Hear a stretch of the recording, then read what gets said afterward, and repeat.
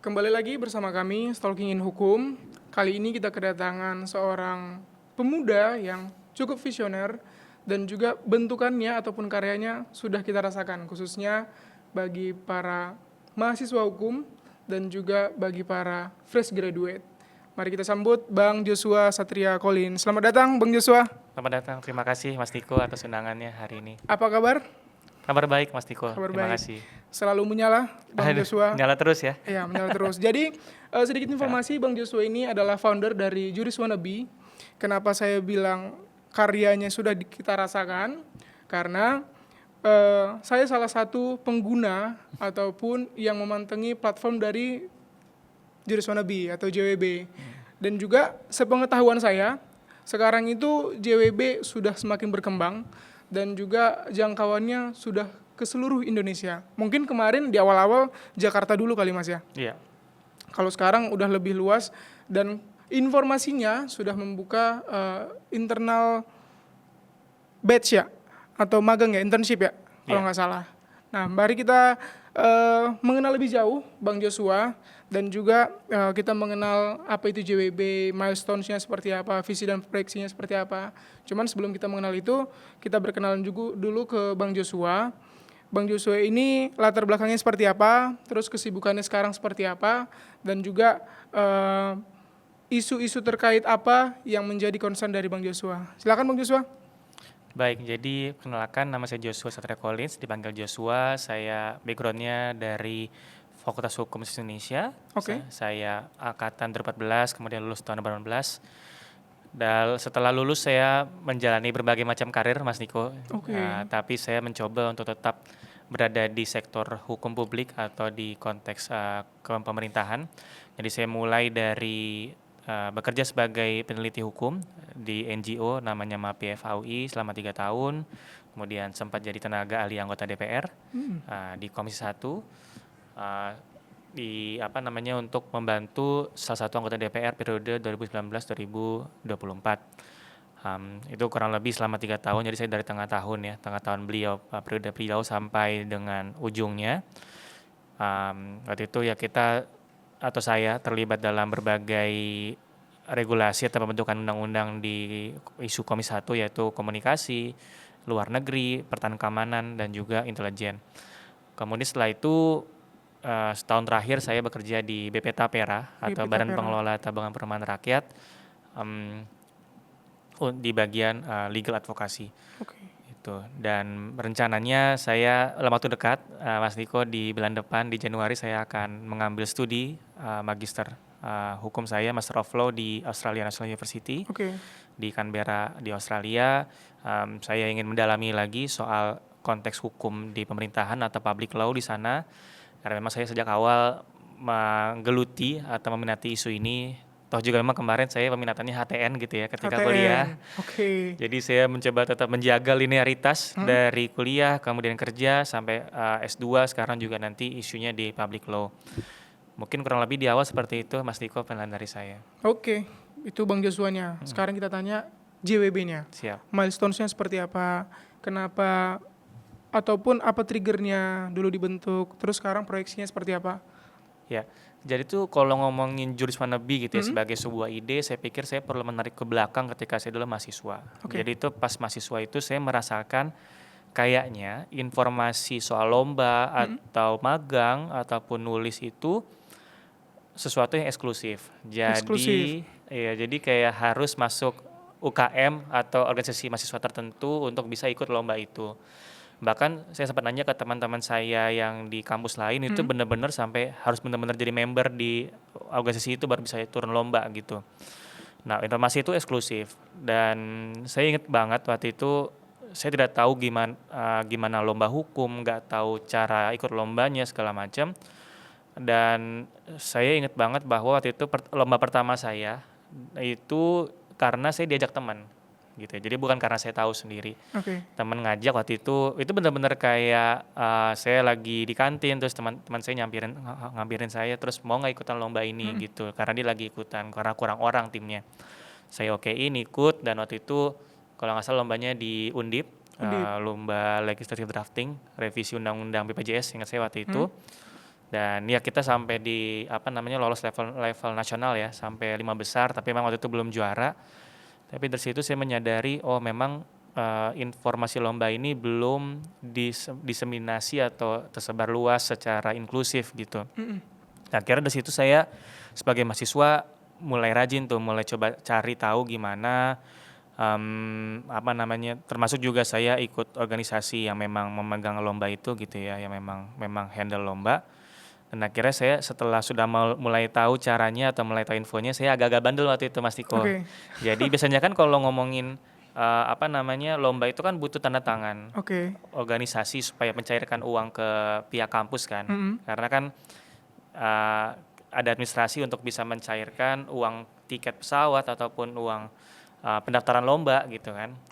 Karena di kampus saya dulu di UI itu ditanggung, tapi istilahnya butuh tanda tangan dari UKM yang menghandle lomba itu gitu. Iya. Nah saya dulu bandel waktu itu pinjem tanda tangannya BEM gitu. Karena itu tuh belum boleh sebenarnya, itu sesuatu yang agak-agak inilah gitu.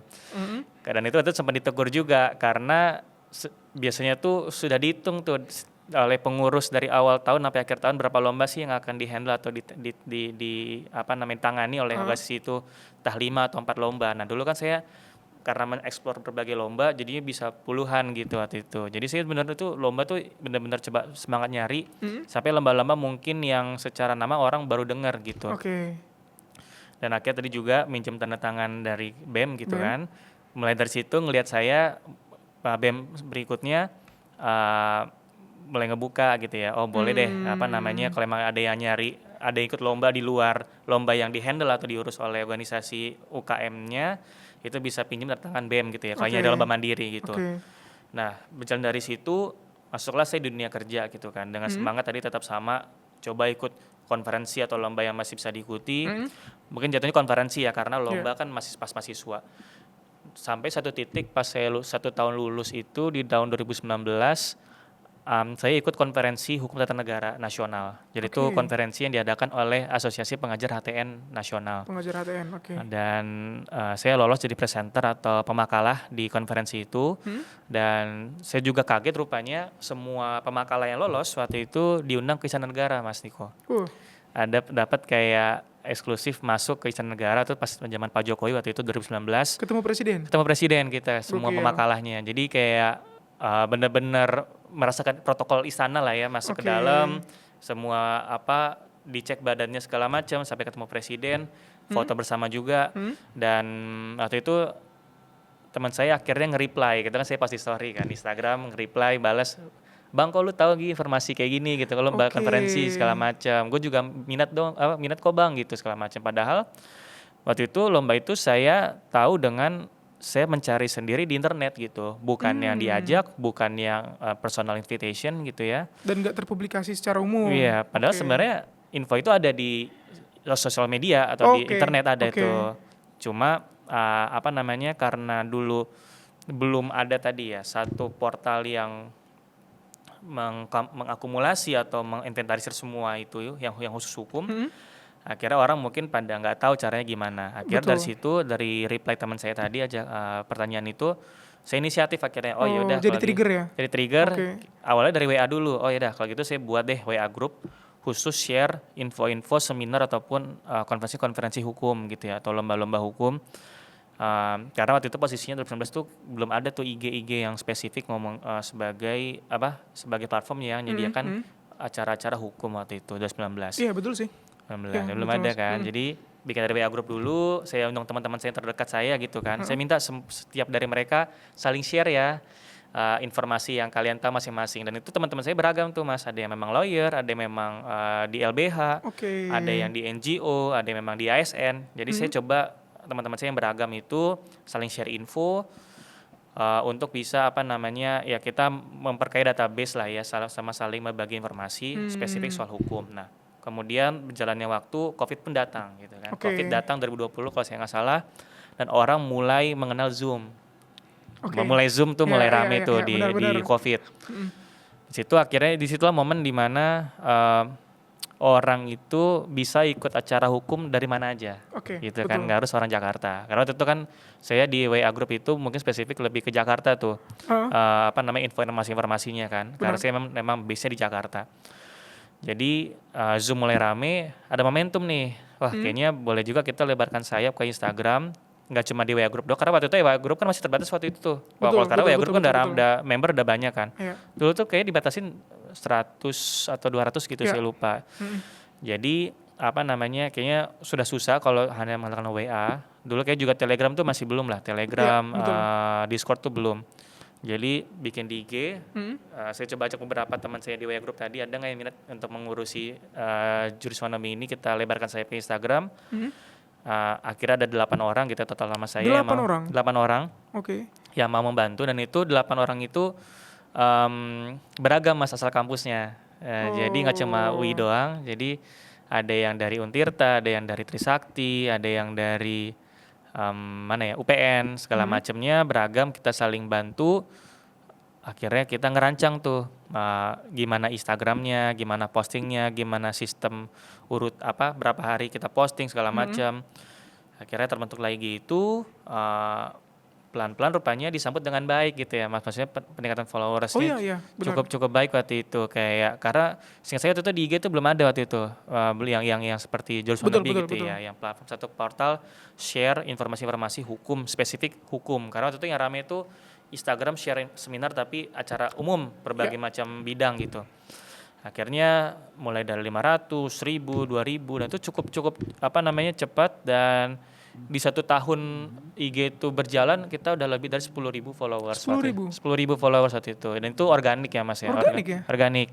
Jadi kayak apa namanya, saya dan teman-teman share di Instagram story kita masing-masing, kemudian merembet kan, orang makin tahu.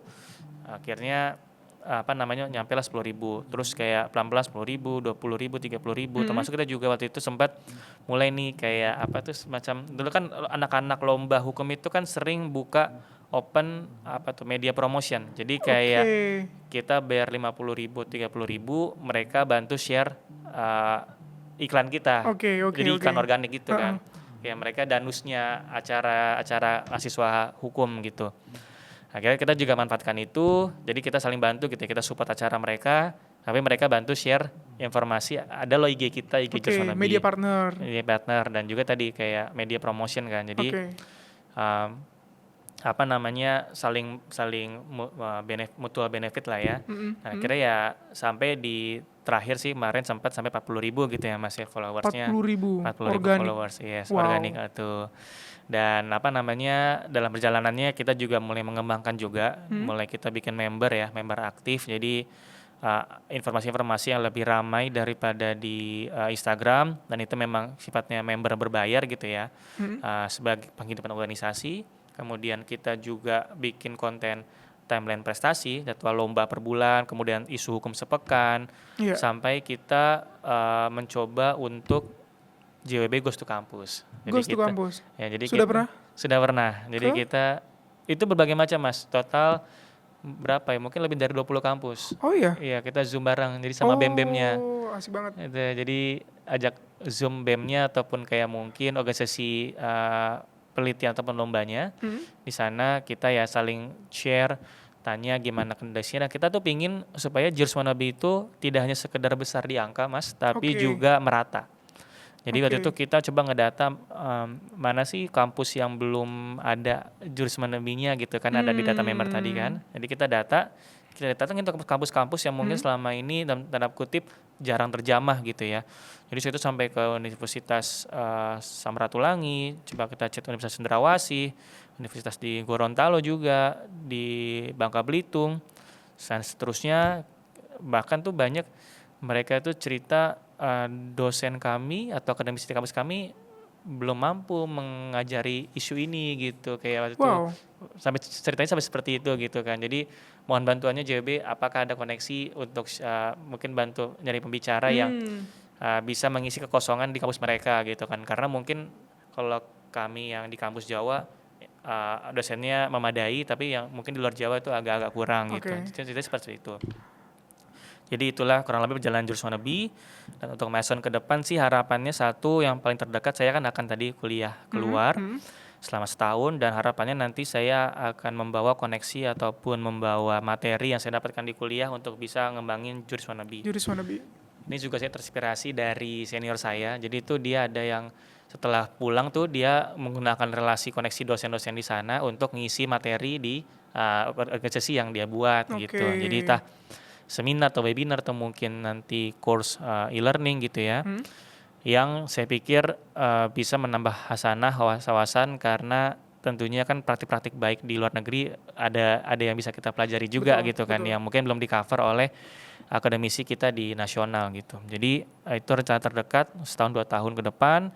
Kemudian tadi kita mau maksimalkan lagi JB Goes to Campusnya. Jadi benar-benar berharap nanti kita bisa punya semacam chapter ataupun relasi di setiap provinsi gitu ya Mas, rencananya gitu ya. Kita sih sekarang udah coba bikin kayak Juris Wannabe Jabodetabek, Jogja, sama satu lagi saya lupa yang udah antara Semarang atau Bandung saya lupa. Itu nanti kedepannya kalau akan berjalan dengan baik gitu ya, di ujung ya pinginnya ada setiap provinsi gitu kan, semacam chapternya. Sama yang ketiga juga kita pingin membuat bootcamp yang istilahnya terstruktur materinya yang memang sesuai dengan kebutuhan pasar, karena saya sempat diskusi lah ya dengan beberapa senior saya atau teman-teman saya. Seringkali itu ada gap antara lulusan fakultas hukum dengan dunia kerja gitu kan. Karena materi mungkin yang diajarkan di kuliah atau mungkin bahkan tanda kutip ya di PKPA itu belum sepenuhnya mengcover realita di lapangan gitu. Jadi kita nanti mau based on survei, terus juga koordinasi sharing dengan alumni, kita bikin kurikulum yang memang menjawab kebutuhan dari mahasiswa hukum ataupun lulusan hukum. Keren. Gitu sih. Mungkin itu cerita latar belakang Juris Wannabe hingga milestone yang ingin kita capai ke depan gitu Mas Tiko. Berarti kalau dari ceritanya Bang Joshua kan sebenarnya triggernya sejak mahasiswa. Terus sampai dengan bisa membentuk sebuah ekosistem kan. Ekosistemnya berarti JWB ini sebagai platform, terus menjangkau semua kampus-kampus fakultas hukumnya. Cuman menariknya gini Bang, kan kita udah sering ngobrol ya. Dan di beberapa minggu atau bulan yang lalu, JWB punya kantor guys. Yes. Dan menariknya dari sebuah platform ataupun komunitas hukum, yang saya dengar sekarang merujuk ke pendampingan UMKM dan sejenisnya. Nah itu gimana transisinya Bang? Iya, jadi itu di tengah perjalanan kami ya, kami mendapat informasi soal adanya peluang untuk bisa mendapatkan kantor dari Pemprov DKI Jakarta. Dari Pemprov? Dari Pemprov. Jadi kayak rupanya Pemprov DKI Jakarta selama ini tuh menyediakan space kantor untuk komunitas yang berbasis di Jakarta. Kebetulan memang saya lahir dan KTP Jakarta, memang besar di sini, jadi bisa ikutan gitu. Jadi memang ini program untuk warga Jakarta. Kita ajuin proposal, waktu itu katanya kalau nggak salah 50-an lah yang ajuin proposal, 50 atau 100 gitu saya lupa. Artinya ada lumayan banyak. Akhirnya terpilih 11 komunitas yang mendapatkan space kantor gitu ya.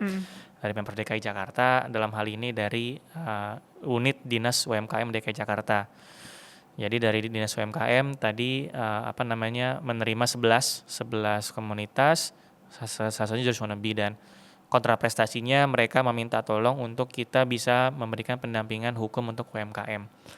Karena mereka selama ini komunitas-komunitas yang mereka terima atau yang melamar itu rata-rata kalau nggak gria, busana gitu ya, atau printing hingga kerajinan tangan gitu ya. Tapi belum ada atau belum banyak pelamar yang berasal dari komunitas yang hukum gitu. Belum ada ya? Belum ada, dan rupanya isu hukum UMKM mereka tuh menarik Mas gitu. Kayak isu hukum mereka itu tidak sekedar kayak bikin perjanjian ataupun soal hak cipta merek gitu ya, tapi sesimpel mereka tuh bingung pakai font yang legal itu seperti apa gitu ya di sosial media. Nah, ketika mereka promosi di Instagram, ini sebenarnya font atau logonya legal apa enggak atau berbayar apa enggak gitu, takut salah. Terus juga sebenarnya iklan yang berlebihan tuh seperti apa sih gitu, karena kan di Undang-Undang Konsumen kan ada larangan tuh untuk Iya. iklan-iklan yang memang terlalu hiperbola gitu. Terus juga isu kayak mereka sering ketika buka booth tuh satu booth tapi 2 UMKM barengan Oke. join gitu kan, Iya. karena supaya lebih murah gitu kan untuk biaya sewanya. Nah itu seringkali konflik pembagian untungnya Oke. gitu kan, karena satu booth berdua gitu. Heeh. Jadi hal-hal seperti itu yang rupanya realita yang dihadapi UMKM Jakarta, Hmm. yang mereka minta tolong akhirnya bantuan untuk kita bisa menghandle ataupun bisa Memberi bantu pendampingan. konsultasi Oke. gitu. Jadi ini adalah kerjasama yang untuk di awal akan 1 tahun. Jadi itu mulai dari Agustus kemarin sampai Agustus tahun depan Tahun depan. 2026.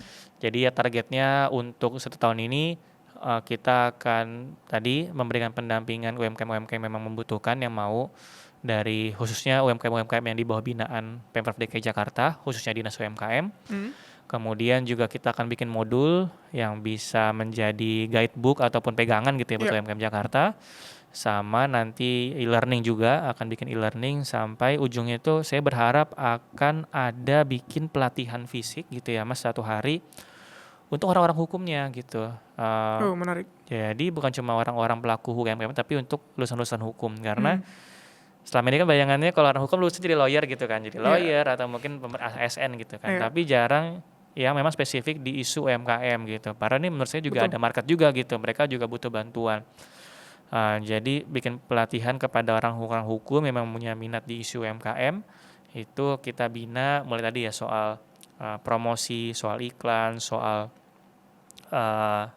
sosial media, sampai hak cipta segala macamnya. 1 hari kita bikin pelatihan, nanti mereka bisa punya kapasitas ataupun kemampuan untuk bisa memberikan pendampingan kepada UMKM. Bisa jadi portofolio mereka juga, dan mana tahu bisa menjadi ya pembuka itu rezeki lah ya buat Iya, mereka betul. nanti, karena kita kan istilahnya sudah kolaborasi resmi dengan Dinas UMKM Jakarta, otomatis kita punya akses kepada bisa dibilang ratusan ribu UMKM di Jakarta.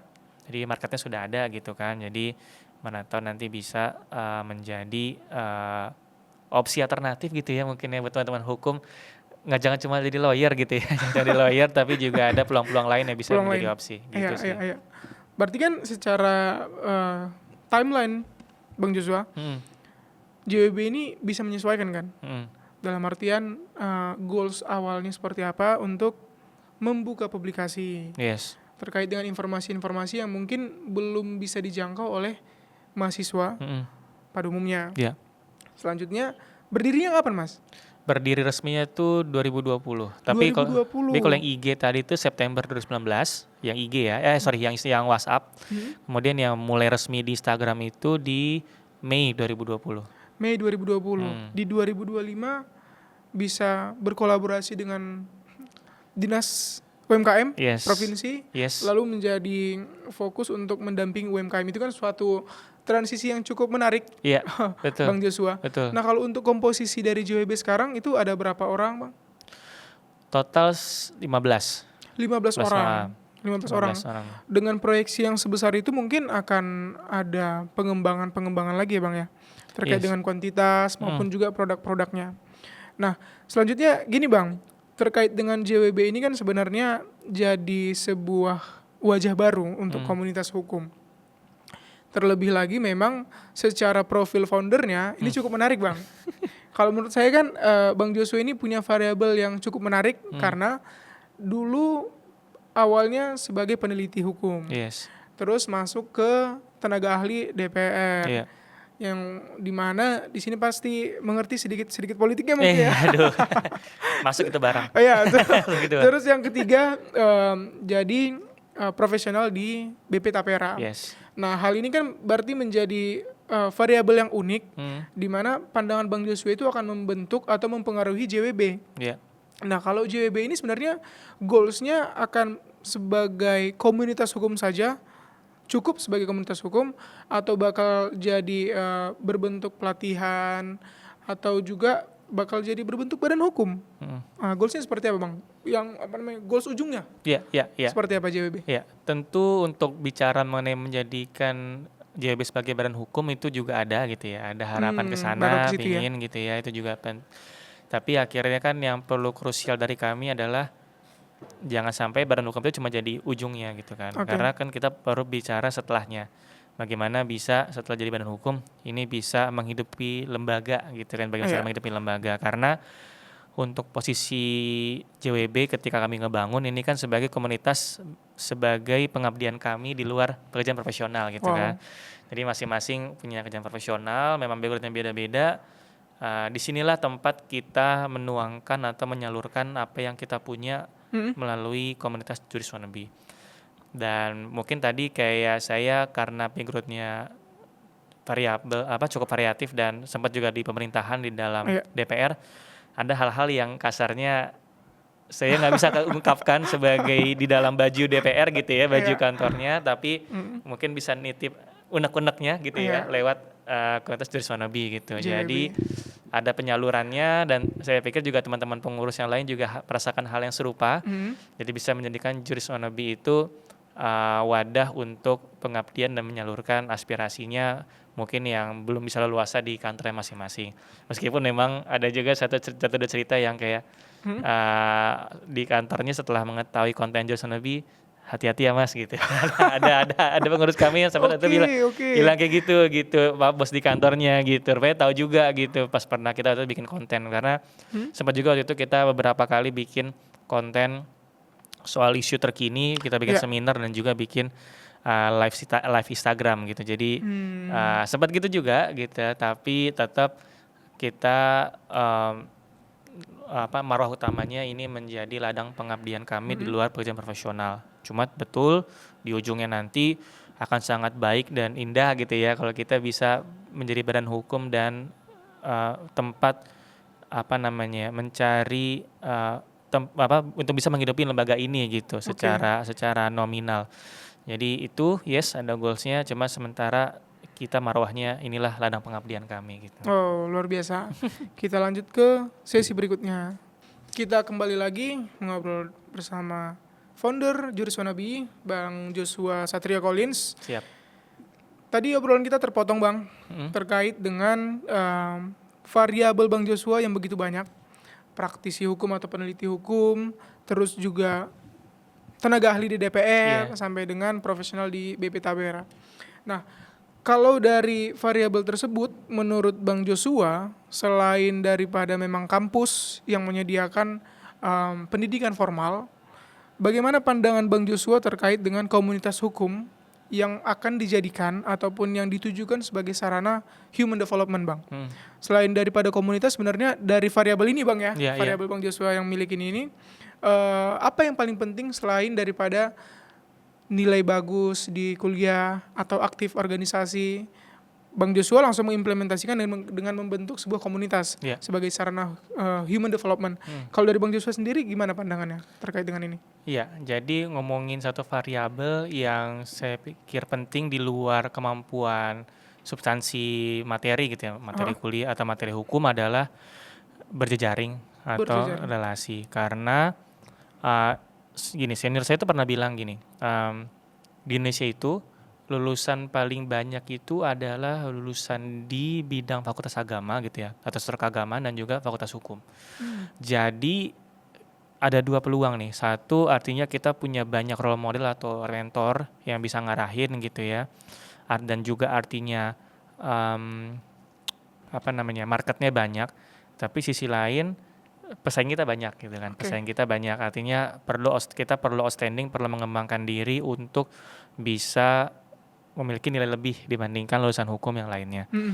Dan saya pikir salah satu cara yang efektif untuk bisa meningkatkan diri tadi adalah mungkin satu katanya adalah mentor gitu ya. Kita butuh orang yang memang sudah berkecimpung duluan di bidangnya, entah itu dia di lawyer atau di ASN atau mungkin di pengacara apel dan seterusnya.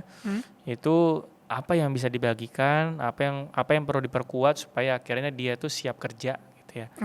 Karena buat saya menjadi mahasiswa hukum itu tidak berhenti di lulus kuliah gitu ya, tidak berhenti di wisuda, tapi bagaimana dia meniti karir di dunia profesional hingga akhirnya nanti menjadi seseorang di ujungnya nanti gitu kan, di usia-usia idealnya. Dan itu tadi dengan komunitas tuh bisa menjadi ruang perjumpaan tuh, ruang pertemuan antara mereka-mereka yang sudah duluan berkecimpung, sudah tahu hal-hal di lapangan yang tidak diajarkan di kuliah atau di kampus, supaya bisa diberikan kepada teman-teman yang fresh graduate ataupun baru lulus dari Fakultas Hukum. Dan itu yang saya rasakan di Juris Wannabe gitu ya. Ada satu pengurus kami dulu awalnya seorang lulusan baru lulus dari Sumatera gitu ya, dari di luar Jawa. Kemudian memang kebetulan ada lagi pengurus kami yang lain yang memang sudah lebih duluan gitu ya, sudah lebih tinggi angkatannya, yang sudah berkecimpung. Kita saling sharing apa yang dibutuhkan, saling membantu. Akhirnya pelan-pelan dia sudah menemukan cara mainnya gitu ya, sudah dapat kerjanya dan sudah bisa outstanding di bidangnya dan akhirnya udah bisa jalan sendiri gitu. Oke. Jadi itu yang satu hal yang sangat saya senang sekali, sangat hati saya penuh gitu ya, Oke. mungkin fulfillness bisa membantu orang mengoptimalisasikan dirinya Oke. melalui komunitas gitu. Wow. Karena berjuang sendiri itu susah gitu ya. Kan kalau ini quotes ya, kalau Clifford ya. Ini quotes. Clifford quotes-nya adalah kalau jalan sendiri mungkin kita bisa jauh, tapi kalau mau jalan sampai ujung kita harus bersama-sama. Oke. Gitu ya. Masuk bareng itu. Nah, sebarang gitu ya. Sebenarnya ada yang bahasa Inggris yang lebih bagusnya gitu ya. Tapi Oke. saya lupa ingat, intinya gitu lah. Kita Siap. jangan hanya jalan sendiri tapi juga jalan bersama-sama, dan komunitas bisa menjadi tempat untuk kita jalan bersama-sama itu. Iya. Gitu. Dan Bang Joshua kan yang menciptakan itu. Jadi pasti lebih fulfill lah. Memang. Perasaannya pasti bakal lebih menarik lah. Iya. Bakal punya sense bahwa ya setidaknya bisa jadi berkat lah. Betul. Human development. Iya. Oke, selanjutnya Bang Joshua ini salah satu variabel yang menurut saya unik juga. Bang Joshua ini kan pernah tampil juga kan Iya. di berbagai media, termasuk Mata Najwa. Iya. Saya ngikutin Bang. Oke. Kalau nggak salah dengan Bang Ziko ya, Betul. Bang Ziko Simanjuntak. Iya. Nah itu kan berarti sebenarnya Bang Joshua itu udah punya variabel sebagai public figure mungkin ya. Aduh, Mungkin bukan public figure, berat tapi juga nih ya. tapi punya variabel yang tidak dimiliki semua mahasiswa hukum. Itu masih mahasiswa atau enggak Bang? Yang Baru kemarin? lulus. Baru lulus. Tapi Baru Zikonya lulus loh. Zikonya masih mahasiswa waktu itu. Masih mahasiswa. Nah di situ kan Bang Joshua kalau nggak salah MK ya. MK, judicial review. Nah di situ kan berarti udah ada sense menjadi praktisi hukum. Terus tiba-tiba menjadi profesional di BP Tapera. Iya. Nah untuk transisi dalam hal ini seperti apa Bang? Nah mungkin sebelum menjawab itu, sebelum menjawab mengenai transisi, gimana ceritanya bisa sampai ke Mata Najwa dan apa yang diperjuangkan kemarin di MK? Oke. Jadi itu mengenai MK yaitu sebuah refleksi setelah lulus. Jadi itu benar-benar setelah saya wisuda, saya itu kan sidang tuh Januari awal, kemudian wisuda tuh Februari atau Januari akhir gitu saya lupa. Setelah wisuda, kemudian saya pulang kampung dulu gitu kan, mumpung belum ada kegiatan. Selama di kampung itu saya jadi refleksi gitu kan, apa ya setelah lulus ya, setelah punya gelar sarjana hukum nih ngapain ya? Istilahnya kan dalam tanda kutip saya sudah diakui, ada labelnya, saya sudah ngerti hukum gitu, sudah ada istilahnya ijazah yang membuktikan itu. Dalam refleksi itu, dalam perjalanan itu, Ziko ngechat saya, Ziko yang duluan gitu kan. Oke. Aware nggak dengan isu Undang-Undang MD3 waktu itu? Karena pas saya baru lulus itu rame isu hukumnya adalah Undang-Undang MD3. MD3. Nah, di mana waktu itu isunya undang-undang itu revisi Undang-Undang MD3 ya, revisi terbaru. Revisi itu memungkinkan MKD atau Mahkamah Kehormatan Dewan untuk bisa memproses hukum atau mempidanakan orang-orang yang merendahkan kehormatan dewan. Yang dianggap merendahkan. Yes, itu kan. Oke. Itu kan sangat karet dan objeknya jadi bergeser tuh. MKD yang harusnya memproses ataupun mengadili anggota DPR-nya, malah dia jadi tanda kutip jadi lawyernya anggota DPR. Iya. Objeknya bergeser keluar nih. Jadi orang-orang di luar DPR yang merendahkan kehormatan dewan, nanti di MKD bisa memproses mereka gitu. Menarik. Jadinya waktu itu istilahnya dengan masih idealis lulusan baru gitu ya, lulusan baru, wah ini menurut saya nggak masuk akal gitu. Masuk akal. Karena saya kan bisa dibilang ya baru benar-benar ngerti hukum itu kan ketika kuliah hukum ya. Mungkin pas SMA dulu kan oke lah ngikutin isu politik atau isu hukum, tapi ya sebagai anak SMA aja. Pas mahasiswa mulai mempelajari hukum, soal ilmunya segala macam, check and balance segala macam gitu ya, karena saya juga HTN. Akhirnya pas melihat isu itu sebagai lulusan baru, wah ini benar-benar nggak masuk akal nih. Ini nggak ada pembenaran apapun gitu, karena selama mahasiswa ataupun selama sebelum-sebelumnya itu oke lah ada masalah-masalah hukum ya, saya tahu ini sebenarnya secara undang-undang baik atau secara aturan niatnya baik, tapi implementasinya bermasalah. Tapi ini tuh benar-benar nggak ada legitimasinya. Ini aneh banget karena tadi kan bergeser gitu kan. Marwah MKD yang saya pelajari di kuliah waktu itu, ya dia menjaga marwah anggota DPR-nya gitu. Jadi objeknya itu anggota DPR, tapi kok malah bergeser keluar gitu, masyarakat luas. Dan ketakutannya adalah akhirnya masyarakat itu tidak berani bersuara atau melapor ketika anggota DPR-nya itu berbuat aneh-aneh ataupun ada hal yang salah gitu. Padahal kan kita sebagai konstituen bisa mengomentari anggota DPR yang mewakili kita gitu kan. Akhirnya dari ajakan Ziko itu saya juga tahu kasusnya, saya juga punya keresahan yang sama. Akhirnya jalan ini dah, kita judicial review deh gitu kan, karena di MK itu kan nggak perlu jadi advokat dulu ya untuk mencoba judicial review. Toh kita juga anak HTN berdua, kebetulan HTN juga, dan kita pernah juga ikut jadi delegasi lomba Constitutional Moot Court Competition di Tarumanegara. Jadi kita sudah punya bekal pengalaman lah ya, mungkin meskipun lomba tapi kita tahu lah gimana cara mainnya di MK gitu kan, karena itu jadi delegasi UI buat lomba CMCC di Tarumanegara, saya sama Ziko juga. Jadi dari pengalaman lomba tadi juga basicnya HTN, kita ke judicial review, rupanya nggak tahu kenapa cukup rame setelah sidang pertama. Mas. Iya, sidang pertama. Karena itu sebenarnya pas sebelum sidang ya, orang nggak tahu kan, sebelum sidang pertama orang nggak tahu, karena itu juga orang fokusnya kan ke undang-undangnya itu yang rame kan. Pas mulai sidang pertama itu pun ada 3 pihak tuh Mas, ada dari Pak Irman Usman, kemudian ada PSI, Partai PSI, dan juga kami gitu kan. Itu kan secara itu kan mereka lebih punya nama kan. Tapi triggernya adalah setelah sidang pertama ada Kompas ya, ada wartawan Kompas menghampiri kami, kemudian wawancara, foto, karena beliau ngelihat ini kok beda sendiri nih gitu kan. Yang lainnya kan profesional atau yang sudah punya nama kan, partai ataupun Pak Irman Usman. Ada mahasiswa nih masuk-masuk. Ada mahasiswa gitu kan. 2 orang lagi kan, 2 orang benar-benar yang cuma berdua. Kalau mereka rame kan. Rame, pakai tim kan? Pakai tim, Pak Irman pakai tim, PSI juga pakai tim. Kita berdua doang gitu. Akhirnya mereka liput, mungkin pakai angle yang mencoba berbeda gitu ya. Kompasnya naik, rame gitu kan. Jadi rame. Rame banget itu. Dari Kompas itu rame. Mulai tuh berentetan tuh selama 2 minggu setelah sidang pertama ya, diundang ke Metro TV, kemudian ke Kompas TV juga, sampai mungkin yang paling berkesan adalah di Mata Najwa itu. Dan waktu itu karena Mata Najwa ambil kebetulan temanya itu aktivisme anak muda gitu waktu itu. Jadi dia mengumpulkan beberapa anak-anak muda yang memang melakukan kegiatan ataupun giat di bidang kebijakan publik gitu ya. Itu ngajak untuk menjadi narasumber di Mata Najwa.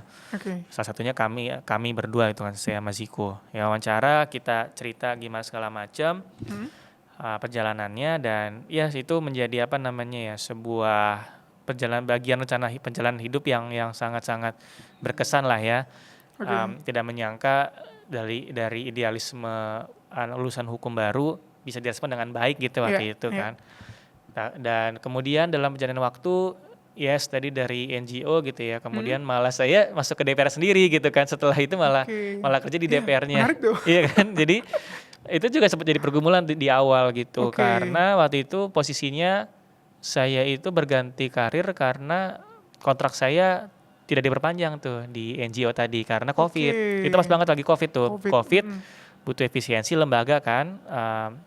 Jadinya peneliti-peneliti hukum yang baru rata-rata tidak diperpanjang. Jadi di tengah mencari kerja baru kan tidak mudah ya di zaman COVID waktu itu. Dapatlah di salah satu anggota DPR ini, dia buka lowongan, saya daftar dan diterima gitu. Karena dia mencari waktu itu orang yang memang bisa punya basic HTN dan juga bukan fresh graduate, memang yang Oke. sudah ada pengalaman kerja lah. Memang waktu posisinya saya pas kan. Nah, istilahnya pekerjaan saya sebelumnya memang memaksa saya nulis. Jadi saya memang basic HTN, memang juga punya portofolio tulisan, juga bukan fresh graduate. Akhirnya diterima dan itu tuh ya itu sempat pergumulan gitu kan. Dulu ngegugat dalam kutip ya, sekarang kerja di dalam. Tapi saya bersyukur bertemu dengan anggota DPR yang saya bisa diskusi secara idealis ataupun dalam tanda kutip punya level nilai yang punya nilai yang sama gitu ya, punya nilai yang punya sama. sense sosial juga. Ya, jadi beliau kebetulan memang anggota DPR yang baru menjabat, itu periode pertama dia. Jadi beliau juga punya rasa idealis pribadi gitu ya, yang ingin coba beda dengan anggota DPR yang stigma selama ini gitu kan. Dan memang beliau benar-benar bekerja keras gitu. Rajin rapat, saya dan tim benar-benar setiap pagi itu harus monitoring isu, Wow. benar-benar kerja gitu ya. Setiap jam 5 pagi itu kita diminta jam 5 pagi itu diminta apa aja isu terkini yang bisa beliau respon ataupun mungkin beliau siapin jawabannya, karena kan seringkali doorstop ya di wawancara sama wartawan. Jadi benar-benar substansinya disiapin, setiap isu-isu itu saya diminta bikin brief research-nya. Oke. Termasuk juga kegiatan ke lapangan tuh saya harus diminta mengtabulasi aspirasi masyarakat. Oh. Jadi benar-benar jangan cuma sekedar bikin kegiatan reses ataupun kundapil, tapi juga aspirasi itu dikumpulkan dan tabulasi. Terus kita bikin kayak tindak lanjutnya seperti apa gitu kan. Entah mungkin ke komisi lain atau mungkin ke pihak lain yang Instansi bisa lain, bantu. Karena kan di DPR itu sistemnya setiap anggota DPR ditempatkan di satu komisi dan bisa jadi aspirasi masyarakat itu kan beragam ya. Iya. Kalau memang aspirasi relevan dengan komisinya ya dia bisa langsung handle. Tapi kalau komisi lain, misalkan waktu itu kan bos saya kan di isu luar negeri dan pertahanan keamanan tadi komisi 1, seringkali ya isunya pendidikan gitu aspirasinya soal bantuan beasiswa segala macam ya kita arahkan ke anggota DPR lain yang punya nilai yang sama, ya punya investment yang sama untuk bisa ngebantu. Jadi dari situ pergumulan saya atau kegundahan saya sedikit terobati gitu ya, karena kita punya nilai yang sama, kita tahu gitu ya, dan mungkin ada beberapa hal-hal yang tidak bisa kita atur gitu ya. Dan saya merasa ini mungkin cerita pribadi ya, saya merasa karena ibu punya nilai yang seperti itu ya, bos saya punya nilai seperti itu, kadang-kadang akhirnya beliau itu tidak dilibatkan di undang-undang yang sensitif atau yang penuh konflik kepentingan gitu ya. Karena beberapa undang-undang kan istilahnya banyak yang terlibat ya. Itu jadi karena ibu punya nilai yang tersendiri, nilainya jadi kadang-kadang dilibatkan di RUU ataupun revisi ataupun regulasi undang-undang yang minim sensitif lah. Istilahnya mungkin diskusinya itu tidak banyak pihak yang berkepentingan. Tanda kutip ya. Jadi itu, tapi dengan kondisi itu saya jadi tidak terbebani Mas gitu kan. Jadi perasaan dulu ketika dulu masih baru lulus, ketika dulu nge-judicial review, tetap bisa diakomodir melalui posisi saya sekarang ini di tenaga ahli DPR waktu itu. Jadi dan itu satu yang berkesan adalah ketika saya terlibat sama beliau di RUU TPKS.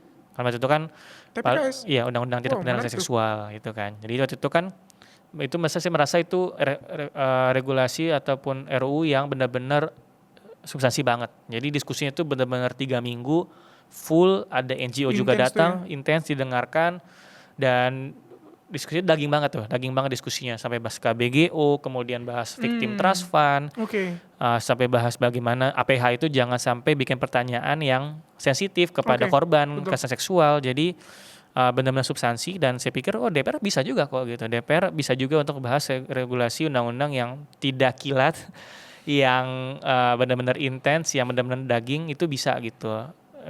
Khususnya undang-undang yang mungkin minim kepentingannya gitu ya. Ini testimoni nih. Testimoni dari orang yang pernah bekerja. Aja langsung gitu. Jadi dan itu kadang-kadang kan tidak disorot media gitu kan. Tapi istilahnya ilmu saya, HTN saya kepakai, memang saya bisa maksimalkan, dan juga untuk publik gitu ya. Dampaknya lebih luas, karena kan mungkin kalau dulu di NGO ataupun di review dampaknya tidak seluas kita bikin regulasi kan, terlibat di regulasi karena levelnya berlaku nasional. Jadi itu sebuah pengalaman yang sangat berkesan. dan saya mensyukuri gitu ya bisa mencoba memaksimalkan peran saya di DPR di tengah stigma ataupun gambaran orang, penilaian orang terhadap DPR gitu ya. Nah, cukup di situ, Siap. Bang. Ada satu momen Mm-mm. saya harus membaca ataupun mengetahui latar belakang narasumber saya. Hmm. Jadi sempat saya stalking Ya, sama dengan platform kita, Stalkingin Hukum. siap. Kita stalking Bang Joshua dan di salah satu postingannya, Hmm. Bang Joshua kalau nggak salah ada kunjungan kerja ke Jerman kalau nggak salah ya. Iya, iya. Terus Bang Joshua bilang di salah satu captionnya, salah satu mimpi terwujud, Iya. kerja ke luar negeri Hmm. dan dibiayai negara. Betul, betul. Iya. Nah itu gimana Bang, pengalamannya Hmm. dan apa sebenarnya nilai-nilai Hmm. di mana Abang bisa bekerja, Hmm. terus mencapai salah satu ataupun satu persatu mimpinya. Dari terkecil mungkin pergi ke luar negeri, dibiayai oleh negara, seperti apa Bang? Iya. Sebenarnya perlu klarifikasi dulu nih, bukan berharap dibiayai negara tapi dibiayai kantor. Dibiayai kantor, dibiayai kantor gitu. betul. Kebetulan Walaupun kantornya kantornya negara. negara. Ya itu. Oke. Takutnya wah ada yang ini nih, ada yang motong terus waduh nih Joshua nih. Apa Bang? Biar viral Bang. Oh iya. Bahaya nih, Gimana? bahaya. Jadi apa namanya, tentu itu sebuah akan menjadi hal yang sangat-sangat berkesan jika bisa melewati batas nasional gitu ya. Oke. Untuk bisa akhirnya mencoba mencari tahu bagaimana hukum di luar di dunia sana gitu ya. Merasakan experience langsung, dan itu untuk kepentingan kantor gitu ya. Bukan untuk vacation atau liburan. Betul. Dan saya juga melihat kepada ayah saya karena ayah saya itu PNS dan beliau beberapa kali juga kunjungan kerja ke luar negeri. Kebetulan beliau basicnya di kelautan sih, di Siu Marine, jadi seringkali mewakili Kementerian Kelautan untuk kegiatan ataupun konferensi di luar negeri gitu ya. Jadi waktu itu pas saya selama sekolah tuh beliau jarang di rumah sebenarnya Mas, karena antara keluar kota ataupun ke negara lain mewakili kementerian gitu. Jadi saya punya role model kayak, wah kayaknya keren juga nih kalau bisa seperti ayah gitu ya, yang bisa keluar negeri bawa nama Indonesia, bawa kantor juga, dan memang kantor mempercayai ayah saya ataupun saya gitu nantinya untuk bisa keluar negeri mewakili nama tadi ya. Dan itu terwujud ketika di DPR.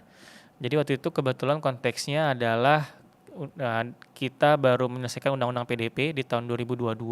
PDP? Ya, undang-undang data pribadi waktu itu. Cerita awalnya lahir September 2022 kalau saya nggak salah undang-undang terbit.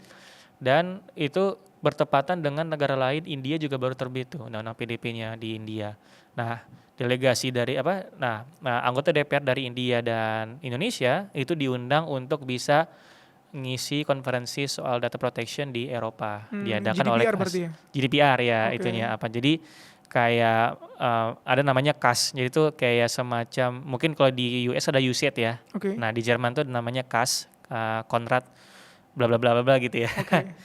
KAS.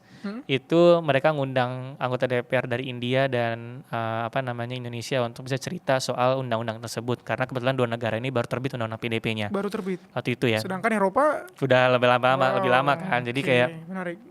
Mereka ingin tahu gimana cara dinamika kami dan juga bagaimana membandingkan dengan GDPR.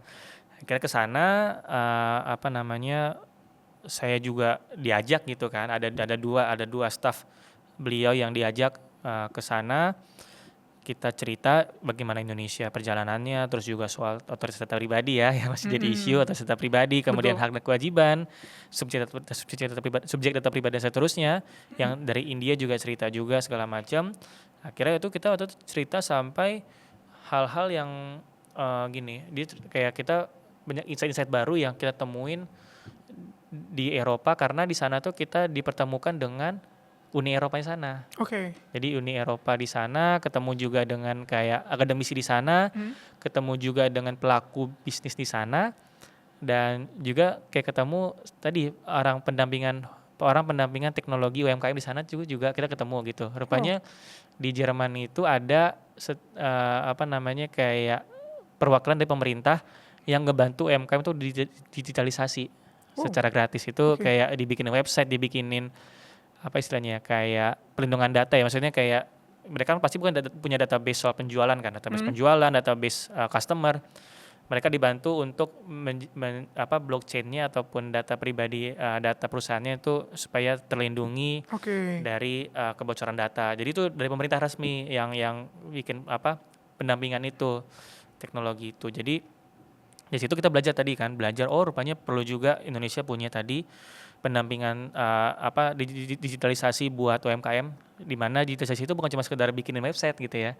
Tidak sekedar bikin website, bikin sosmed, tapi juga bagaimana data mereka terdigitalisasi dan terlindungi gitu ya. Oke. Dan pemerintah involve langsung ya kalau di sana Langsung ya. ya. Jadi dibantu resmi gitu. Jadi UMKM bisa datang ke tempat mereka untuk dibantu seperti itu. Menarik. Terus juga mereka cerita soal tadi otoritas data pribadi, otoritas itu di mana mereka bilang sebenarnya isunya itu bukan di apakah berada di bawah eksekutif atau tidak, apakah independen apa enggak. Tapi dia bilang yang penting adalah jangan sampai ketuanya itu atau komisionernya itu gampang dijatuhkan. Nah, ngomong ke sini. Itu ya. Oh gitu ya. Itu menarik tuh. Menarik iya. Karena gini Bang, kalau dari kami di Stalking in Hukum juga ada beberapa episode yang membahas mengenai PDP. Siap.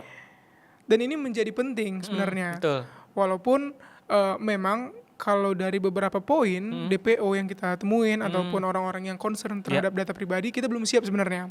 Dan pemerintah juga belum mau involve. Kalau menurut saya memang ada poin-poin tertentu yang memang menurut saya Indonesia belum terlalu siap lah. PDP dan mungkin salah satunya royalti contohnya ya. Itu mungkin ada topik lain dan udah kita bahas juga di Stalking in Hukum.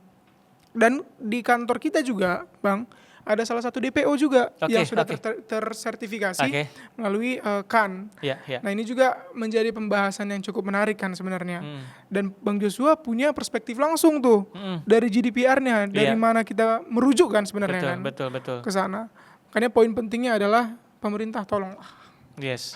Tolonglah, data kami sering bocor. Itu. Kan gitu ya Bang ya? Betul.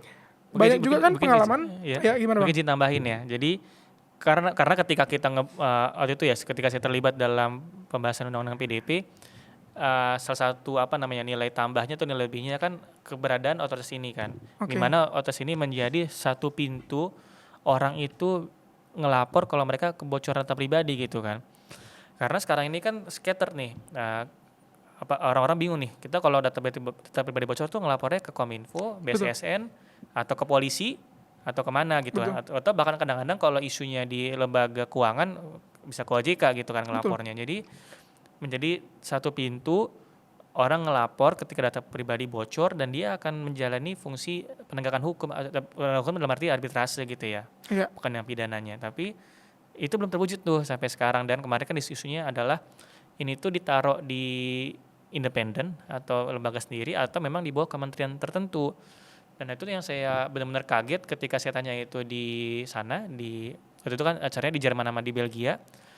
Mereka bilang, ada kok negara yang otoritasnya tuh di bawah raja atau di bawah ratu gitu ya. Jadi nggak independen, tapi yang penting adalah otoritas itu nggak gampang dijatuhkan pimpinannya gitu ya. Pimpinannya tuh independen gitu.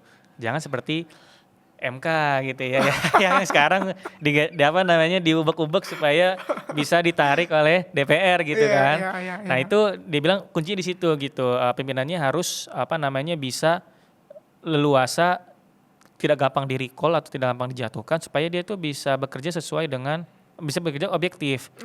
Sama satu lagi dia tambahkan juga harus mulai dikembangkan class action data pribadi.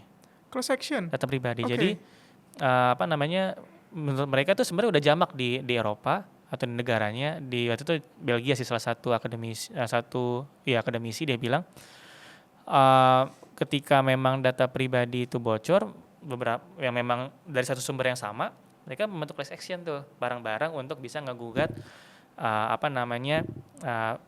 tempat ataupun perusahaan atau proses data pribadi yang membuat itu bocor gitu kan. Dan di sana tuh kan mereka lebih tekankan kepada kerugian material kan, maksudnya titik berat itu bukan di pidana tapi bagaimana ada ganti rugi nominal kepada si korban-korban yang terjadi bocor. Dan itu yang itu bisa lebih kuat jika ada class action gitu kan. Jadi mereka cerita itu mana tahu bisa menjadi diskusi di Indonesia gitu. Jadi tadi kurang lebih 3 itu yang yang saya dapat gitu ya dari kunjungan tadi. Dan ya sama dengan Mas Niko, infrastruktur kita masih banyak PR gitu ya tentang Betul, pribadi. PR. Itu karena Undang-Undang PDP lebih banyak soal hak dan kewajiban secara general gitu ya. Iya. Tapi aturan teknisnya kan mainnya akhir di Permenkominfo atau di PP. Mm-mm. Masuk juga tadi infrastruktur DPO-nya, apakah depo kita udah siap, udah banyak, Betul. tersertifikasi, termasuk juga otoritas itu. Oke, berarti kecemasan kita, awareness kita sama. Iya. Kita lanjut ke sesi berikutnya. Siap. Oke, kita kembali lagi dengan founder JWB, Bang Joshua Satria Collins. Kita memasuki sesi terakhir dari pembahasan kita yang sangat menarik. Variabel Bang Joshua ternyata tidak terbatas pada politik, tidak terbatas pada praktisi, dan tidak terbatas pada profesional. Tapi paham juga ternyata mengenai PDP, terus terlibat juga dalam undang-undang TPKS. Pertanyaan selanjutnya Bang adalah, saat Bang Joshua ditawari ataupun diminta oleh Bang Ziko terkait dengan isu MKD, bagaimana Bang Joshua tetap bisa memanajemen api aktivisme itu sampai dengan sekarang? Karena variabelnya udah lumayan banyak nih. Iya. Masuk ke politik juga udah ngerti lah gimana kan. Nah, gimana cara menjaga api aktivisme itu Bang? Iya. Nanti Abang juga bakal study abroad ke Australia. Nah, gimana tuh cara menjaga nantinya? Ya, memang saya bisa dibilang mungkin idealisme pas lulus sama mungkin 7 tahun sekarang ya, 7 tahun dunia kerja, ada hal-hal ya gimana ya gitu ya. Adjustment lah. Adjustment ya gitu ya. Cuma ada nilai-nilai ya tetap saya pegang yang tidak bisa dikompromikan gitu ya. Buat saya gini, satu yang paling krusial adalah jangan sampai saya mengambil uang yang tidak halal gitu ya. Oke. Dan kedua, jangan sampai ilmu saya digadaikan. Oke. Dan Menarik. saya lebih sering case-nya kayak gini Mas sebenarnya ketika di dunia pemerintahan ya, ketika sudah di luar, sudah masuk dalam kebijakan publik yang sifatnya pemerintahan gitu antara DPR juga BP Tapera. Saya sudah menyalurkan atau membuat tulisan ataupun brief yang memang sesuai dengan keilmuan saya, hukum saya. Tapi nanti mungkin ujungnya kebijakan politiknya atau call-nya itu berbeda dari yang saya tulis. Dan itu dari saya di situ saya mungkin gatekeep-nya ya. Oke. Saya tetap menyampaikan apa yang seharusnya, apa yang ilmu yang saya yakini, apa nilai yang saya yakini. Nanti ya itu menjadi bagian dari atasan saya ataupun menjadi bagian dari pihak yang memang punya kewenangan untuk bisa menentukan sesuai dengan ya arahan politiknya seperti apa gitu. Oke.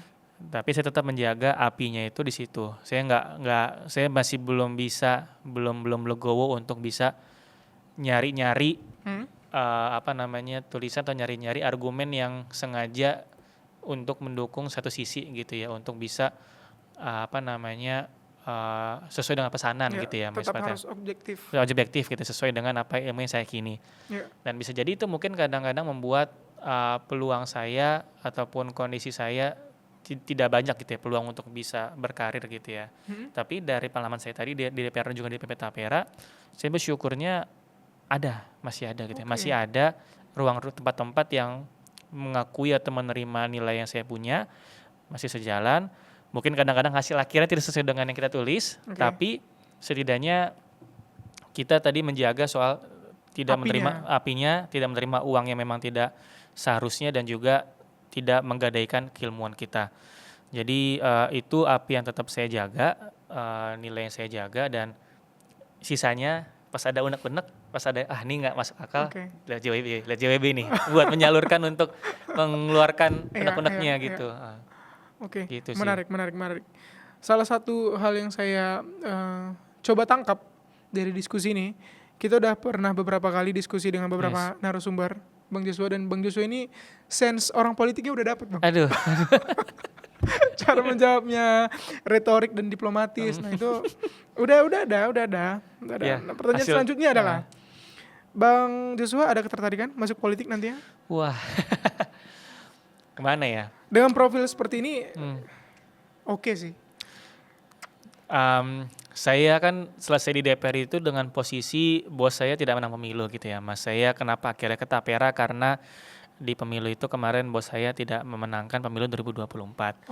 Dan Oke. situ pelajaran yang saya ambil adalah praktik politik kita masih belum bisa lepas dari money politik dan juga um, nih mungkin money politik sih yang paling utama ya. Karena kita nggak bicara soal bagi-bagi serangan fajar gitu ya. Maksudnya Oke. variabel itu bukan cuma sekedar serangan fajar, tapi memang caleg itu harus punya modal yang besar untuk sekedar ngeprint kaos, pasang spanduk, flyer, Ya. bikin acara pertemuan dengan warga. Kita pun bagi-bagi sembako gitu kan. Itu tuh butuh uang gitu Ya, dan biaya operasional. oh iya kan. Jadi nggak bisa sekedar punya kapasitas secara substansi ataupun mungkin soft skill, tapi juga memang modal tuh memang nggak bisa bohong. Hmm. Dan itu evaluasi yang saya lihat gitu ya setelah terlibat dalam juga kampanye juga saya baru terlibat gitu ya dengan bos saya. Memang itu menjadi variabel yang masih besar sih. Kayak warga kita, konstituen kita masih belum bisa kayak ngejembrengin nih semua caleg kemudian milih berdasarkan CV ataupun riwayat mereka. Oke. Lebih ke yang lihat sembakonya siapa yang ngasih, Kayak siapa yang ngasih kegiatannya, bantuannya. Karena ngomongin kampanye itu udah pengalaman kemarin ya Mas ya. Itu nggak sekedar serangan fajar, tapi bicara mengenai oh iya. siapa yang bisa ngemobilisasi bikin kegiatan buat ojol. Oke. Bikin kegiatan bareng, gathering bareng, kemudian bikin kegiatan buat ibu-ibu yang marawis, kegiatan apa gitu. Jadi udah mainnya adu-adu kegiatan, keberagaman bersama warga, kegiatan bersama warga, dan itu ujung-ujungnya soal modal gitu kan. Oke. Jadi kalau saya sih prinsipnya kalau memang suatu hari nanti saya mendapatkan rezeki gitu ya dari yang di atas, punya modal yang cukup plus keterkenalan. Kalau saya dapat 2 itu ya, itu mungkin saya akan pertimbangkan untuk masuk politik praktis. Oke, menarik. Kecuali nanti mungkin kondisi pemilunya berubah gitu ya, tapi misalnya kita dalam 10 tahun 20 tahun berubah, itu mudah-mudahan gitu ya, Oke. faktor modal itu tidak bisa tidak menjadi isu lagi. Mungkin tadi Ya. satu hal yang saya kelupaan adalah orang tuh sering lupa bahwa setiap caleg itu harus keluar biaya untuk biaya saksi, Mas. Oke. Jadi setiap TPS itu kan idealnya ada saksinya. Betul. Karena untuk mengawasi Perhitungan suaranya suara, gitu. ya. Karena perwakilan dari partai itu lebih sering ngelihat suara untuk presidennya. Oke. Yang utamanya gitu ya. Oke. Yang calegnya itu, yang legislatifnya itu ya tanggung jawab dari masing-masing calegnya. Dan itu kan kalau ngomongin DPR ya, dapilnya kalau kayak bos saya, Jaksel, Jakpus, luar negeri. Oh, Luar negeri itu seluruh DKI dunia. 2. DKI 2. Nah itu aja kemarin tuh butuh biaya untuk bisa menyapa warga di luar negeri, itu kan butuh cost juga Iya, gitu itu kan. itu tuh. Betul. Dapil neraka tuh. Dapil neraka, betul, dapil neraka. Jadi saya tuh sempat ini Mas, sampai jalan-jalan ke Malaysia yang dalam-dalam gitu, Malaysia sebagian Kalimantan, untuk menyapa warga, merespon kebutuhan mereka, dan itu kan butuh biaya gitu Betul. kan. Kita nggak ngomongin Perlu kos memang. nggak bagi-bagi uang serangan fajar ya, tapi untuk bikin kegiatan seperti itu kan juga butuh biaya. Jadi itu soal tadi ya, apakah ada rencana apa enggak? Ya saya 2 faktor itu yang masih menjadi isu sih buat saya. Oke. Menarik. Pertanyaan selanjutnya, kalau politik memungkinkan juga nggak untuk transisi ke lawyer atau ke litigasi? Iya. Memang saya sejak awal sih sudah memantapkan diri ya, masih di bidang pemerintahan ataupun di public policy. Kalau ditanya apakah ke lawyer ya, sebenarnya saya pernah daftar. Saya pernah diterima juga di salah satu constitutional law firm. Oke. Cuma waktu itu saya dihadapkan pilihan antara kerja di law firm itu atau di DPR. Oke. Akhirnya saya milih DPR karena emang saya head HTN kan meskipun itu lawyer constitutional lawyer ya. Oke. Constitutional law firm, tapi ya segala pertimbangan saya memilih yang di DPR gitu kan. Dan saya merasa ya tadi sebenarnya ketika kita punya nilai dan memang kita konsisten dengan itu, masih ada tempat untuk kita bisa bekerja dan secara dibayar juga ya mungkin pasti tidak sebesar Mas Niko kali ya. Wah, bukan. Masih Gitu. junior. Tapi apa namanya masih bisa menghidupi lah, masih Iya. bisa menghidupi pribadi. Toh juga saya pribadi masih bersama orang tua di Jakarta, jadi orang tua saya juga tidak menuntut. Orang tua saya juga mungkin bersyukur tidak sandwich generation ya. Jadi tidak ada tuntutan untuk bisa harus benar-benar apa namanya harus uang nominal sekian gitu ya Iya. untuk bisa menghidupi pribadi ataupun membiayai keluarga. Hmm. Bahkan tuh kalau saya mungkin bahasa ini ya, ini bahasa apa namanya, Put Clipper nih, Oke. bahasa sehari-hari saya tuh, kalaupun akhirnya saya harus tidak bisa mendapat pekerjaan karena nilai yang saya punya, saya akan kembali ke rumah saya bersama ibu saya dan saya akan makan apapun yang ibu saya masak di rumah. Gitu ya. Itu apa namanya kayak worst case-nya yang sejelek-jeleknya, Oke. saya kan seperti itu dan saya tahu ibu saya akan terima saya di rumah gitu. Jadi tapi ya puji Tuhannya jalannya saat ini masih kerja profesional masih dapat terus gitu ya peluang kerjanya dan ya terkini saya akan studi abroad. Itu kita lihat nanti ya, kita lihat lagi nanti Mas perjalanan karir berikutnya setelah kuliah seperti apa, setelah S2 seperti apa, tapi sementara seperti itu. Oke. Menarik. Berhubung saya melankolis tadi, quotes yang terakhir cukup menyentuh sih. Cukup menyentuh, Bang. Cukup menyentuh. Karena saya juga sebenarnya dulu kan cukup aktif di kegiatan mahasiswa. Ya. Jadi memang isu-isu sosial itu kadang membarakan api aktivisme. Kalau dari Bang Joshua sekarang ada isu yang concern nggak?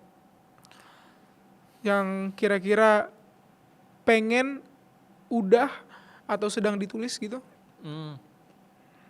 Kalau kemarin mungkin karena terkini di Tapera ya, jadi Tapera. isu-isu perumahan yang memang saya fokuskan, apalagi ada rencana 3 juta rumah kan. Karena akhirnya kan bicara bagaimana bisa mengatasi backlog atau Oke. hunian. Dan itu sebenarnya regulasi itu bisa memainkan peran penting gitu. Bagaimana bisa membatasi orang untuk punya rumah melalui variasi regulasi, kemudian juga bagaimana mekanisme secara regulasi ya untuk penyaluran KPR yang harga murah. Karena kan Tapera itu niatnya adalah bagaimana orang itu bisa mengakses KPR dengan bunga yang rendah. Karena kan kita nggak bisa menafikan orang sekarang ini cara bisa punya rumah kan rata-rata pakai KPR kan, Iya. bukan yang beli langsung tunai. Betul. KPR yang bisa menjadi tools yang utama untuk orang bisa punya rumah. Dan itu bunga KPR konvensional kan 10-15%. Dan itu memang ada regulasi dari BI, OJK seterusnya. Dengan Tapera kan niatnya dengan dana murah jangka panjang dia bisa bunganya ditekan sampai 5%. Dan itu flat. Karena biasanya kan fluktuatif ya. Oke. Kalau dari konvensional. Dan juga masa waktunya 20 tahun, fix 20 tahun. Jadi orang udah bisa ngukur dan nominalnya bisa lebih rendah lah daripada KPR konvensional. Memang terkininya kan isunya MK sudah memutuskan gitu ya di September kemarin Tapera institusional dan kita saat ini sih lagi menggodok lah ya gimana sih baiknya karena MK kan ngasih grace period ataupun kayak waktu 2 tahun untuk bisa penyesuaian ya kayak dulu Omnibus Law lah. Oke. Omnibus Law kan dulu kan dikasih waktu 2 tahun untuk penyesuaian. Tapera juga sama.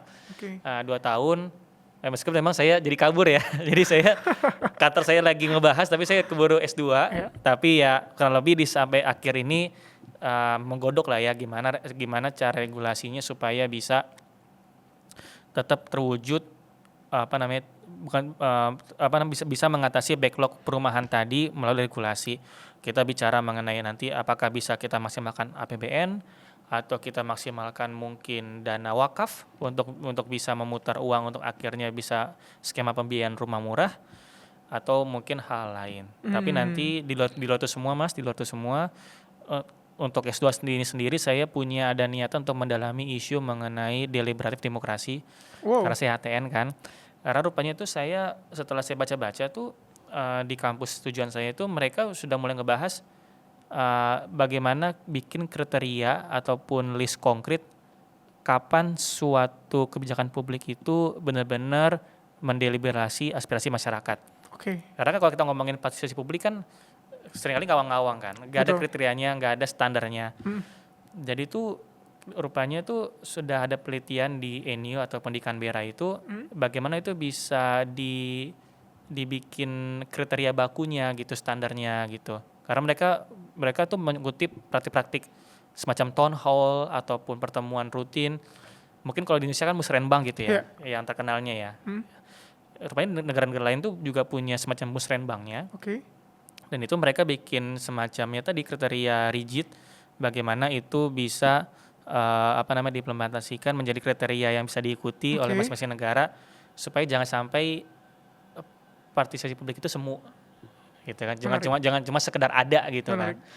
Nah, itu dibikin kriterianya dan nanti saya ingin mendalami itu sih. Itu saya juga masih penasaran Akan ke situ ya. Akan ke situ. Jadi mungkin nanti baliknya berharap kita bisa punya satu tools gitu ya, tools yang konkret, yang spesifik kapan partisipasi publik itu memang ada dan tidak semu gitu sih.